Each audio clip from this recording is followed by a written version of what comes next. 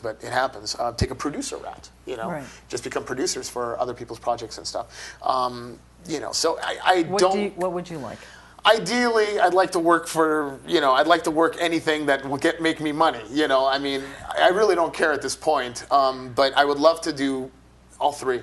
You know, I'd love to work in front of the camera. I'd love to produce something, and I'd love to write. So for me, writing comes easy. So I can just, you know, sometimes I've just sat down for weeks at a time, just, you know, just writing ideas for movies or sitcoms or stuff, and, you know, so I don't know. I mean, I'd like to see myself as somewhat of a, you know, open to anything.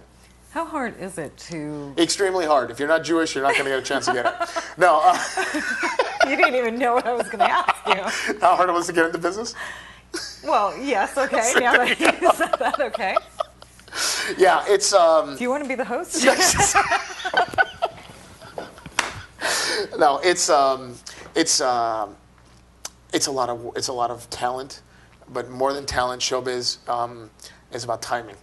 It's about timing too, and it's about luck and timing.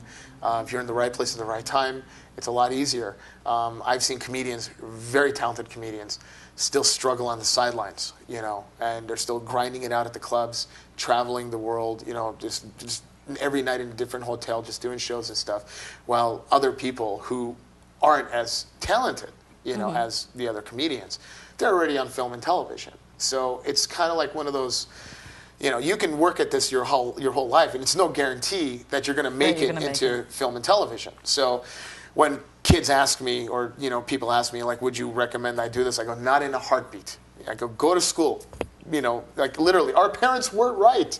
You know, when you say, I want to be an artist or a comedian. No, you be doctor, lawyer, you know, guaranteed money. You have to, you know, just go with the guaranteed money at that point, you know. But I'm actually very proud that my generation, our generation, you know, of Armenians, we're branching out. We are. You know, I mean, I'm so proud of, you know, my friends in System of a Down, Serge and Shavo, John, Darren, and, you know, and Ludwig Benassi, another friend of mine, is an actor. Harac Titizian, you know, who's been on, got so many shows. He's been on Homeland now. He's a regular on Homeland 24 and stuff. And, you know, so many of us now, we're choosing to go into the arts, you know, again. And somewhere, William Saroyan is just so proud of us right now, sure. You know, because for the longest time, we did suffer from a disease. I like to say we had a disease, Armenians as a people, call it the MDLJ syndrome. Stands for mechanic, doctor, lawyer, jeweler.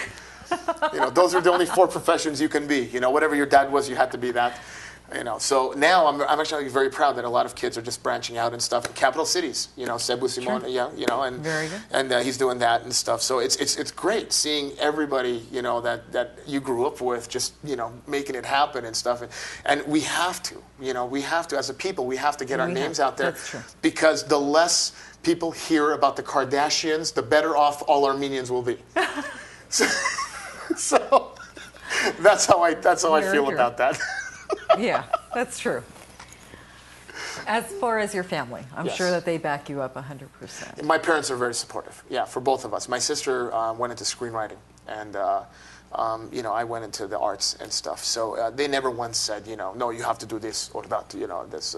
They just wanted us to do something that made us happy, you know. And my wife, very supportive as well. She loves, you know, what I do and everything. And you know, so it's very important to have a support system, you know, in this, because even when you're a child, especially when you're a child, when you have, you know, when you want to say, like, I want to be an astronaut, you know, and somebody says, you're too stupid to be one, you know, you can't even count to 10, you know, you don't want to say that to a kid. And even adults are the same way, you know. I have a lot of friends who have fragile egos, and, you know, and you go out there and you go, how did I do? You know, like, you did great, man, you know, it really sucked, you know.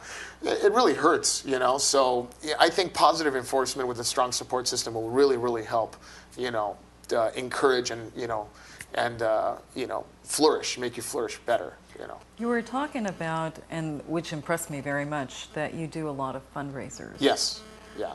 What made you think of that, first of all? Well, it helps me sleep better at night. If I help all these charities and organizations and stuff, I feel like I'm doing something to help other people, you know, and it's so tough for nonprofits to come up with ideas to make money, you know, for their cause.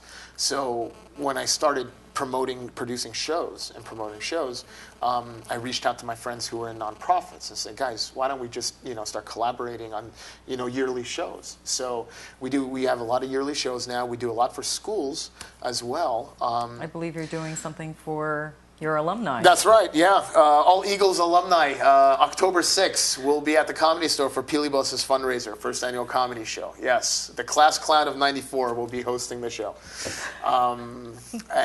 Yeah, so that's going to be fun. I don't know if any of my old teachers will be there, but it should be an interesting. You're not going to be making fun of them, are you? Well, I was making fun of them in high school. What's changed? I spent most of my time in the principal's office. At some point, the teacher would just send a note down. Okay, how about I do this and come back in an hour? I spent most of my time in that office. Is your mom anyway. watching this show? She probably is. She knows. Okay. You're grounded tonight. Yeah. What nonprofit organization is to your heart most? I know that there is many that you have. There's a lot. There's for the longest time I would do the Armenian bone marrow show, and that's a very touching organization and stuff, and they raise money and they get donors, Armenian donors, because we suffer from a genetic Mediterranean disease. I think I'm not really familiar with it, but I think only Armenians have this not disease, but we have a special genetic makeup. Right. And like if somebody has a leukemia or something, you could only get it from an Armenian donor. So I think it's a fantastic organization, the registry, that to have that information to save lives. Aside from that, the SOAR Foundation, another organization I love to work with, it's a Society of Orphaned Armenian Relief, and their goal is to raise money for orphaned Armenian kids around the world. Oh, wow. So they go out to different villages and stuff. They build playhouses, gymnasiums, labs, and everything. Wonderful. Just giving the kids, the necessities that we as Americans take for granted. We do. Yeah, I mean, no. Let's be honest. We really do. Blessed. Anybody who can travel, very blessed. Absolutely. Anybody who travels the world will go to these third world countries like, oh my God, they don't even have the internet here. What's going on? I only have 3G on my phone. What happened to my LTE? We're very spoiled. We are. Those organizations, are the ones that are close to my heart. Because they deal with the kids and people with life-threatening diseases and stuff. There's a couple others right now that are escaping my mind, but there's. As far as your performance on stage, do you prepare for it in advance? Absolutely. Do you have a script? No, absolutely. Well, the script's in the head. It's not so much a script because comedy is an organic living thing. Anything can happen. You don't want to memorize your act from A to Z because let's say a waitress spills drinks or something. Somebody starts talking in the audience. You got to call them out on it, and then you're forgetting where you are. The best way I would, explain it is just have a mental Rolodex in your head and just have like virtual index cards with jokes on them. Just start picking out, and then just keep going. So sometimes I've had shows where I go from A to F to C to D to all over the place, and it works. It just works. If the crowd's feeling you, you can go all night, and you can take them anywhere you want to go. So, I've seen comedians, not me per se, but I've seen comedians talk about relationships, and then all of a sudden start talking about raping and stuff, and the crowd is loving it.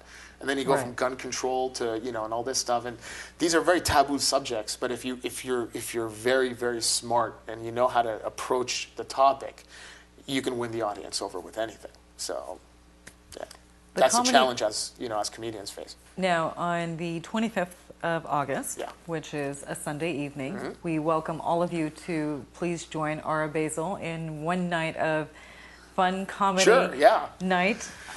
Check me out on YouTube and add me on Facebook. I don't stalk, so it should be fine. And then check me out. Go to my mailing list as well on my website, arabasil.com. And I have a lot of shows in LA and around the country too. So I'll be coming out to New York, Boston, Philadelphia, anywhere there are Armenians congregating. I will be there telling jokes.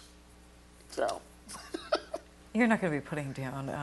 You do something for April 24th. you were saying. No. That's 1 month I do not perform. You do not perform. I can't.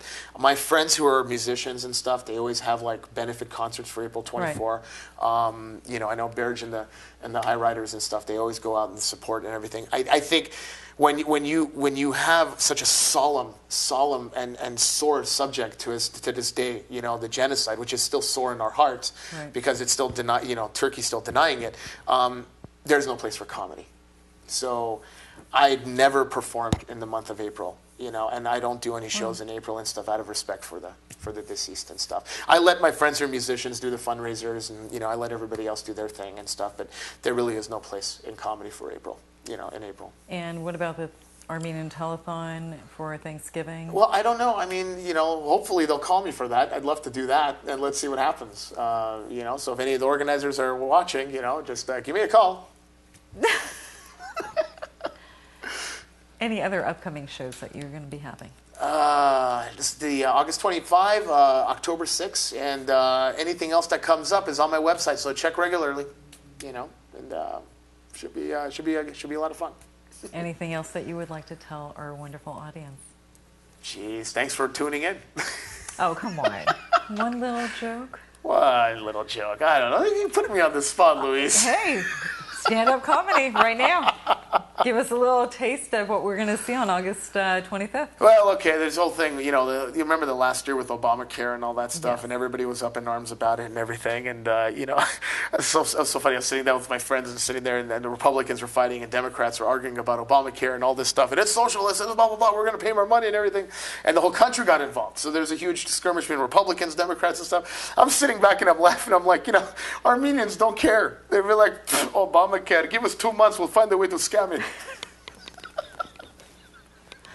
You are wonderful. Thank you, Louise. You are truly wonderful. I do have to thank our mutual friend, though. Lena? I actually got the pleasure of meeting you. I know your mom, but I actually got to meet you through our mutual friend, Lena. Yes, Lena. I have to say thank you to her because of her, I got to meet ARA, and we got a few laughs, and wonderfully to know you. Wish you all the best of luck. Thank you so much. August 25th. Yes, August 25th. It's this Sunday, so purchase tickets now. There's videos of the comedians performing on itsmyseat.com. So if you guys go to that website right now, you can go check it out. And tickets are still available for the show. And it's for a great cause. They're tax deductible. How much are the tickets? $25. The cheapest ticket, I think, is $25, and their VIP tickets for $45. So there's plenty of tickets available.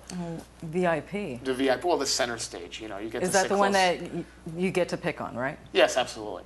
Now, these shows, these fundraisers, we don't normally pick on people. So, you know, yeah. You're no fun. ARA, I wish you the best of luck. Thank you so much, Louise. Thank you for being on the show. Thank you for watching Lights on LA. Please stay tuned next week. Good night.